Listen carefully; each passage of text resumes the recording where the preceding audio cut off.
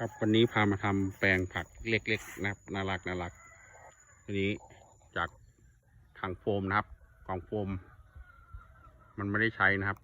กล่องเสียเขาแล้วเขาทิ้งก็เลยเอามาใช้ประโยชน์นะครับเอามายกสูงขึ้นแล้วก็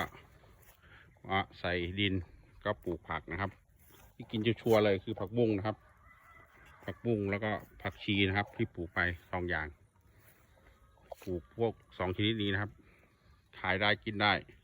ปลูกง่ายด้วยครับไม่ยุ่งยากนะครับแต่ว่าจะปลูกแค่2 ผักนี่แหละครับเดี๋ยวทำอีก2 แปลงนะครับตรงนี้ใกล้ๆกันให้มันยาวๆเป็นแถวไปนะครับไว้ปลูกเล่นๆไว้กินในครัวนะครับในบ้านเอาไว้กินในบ้านนะครับ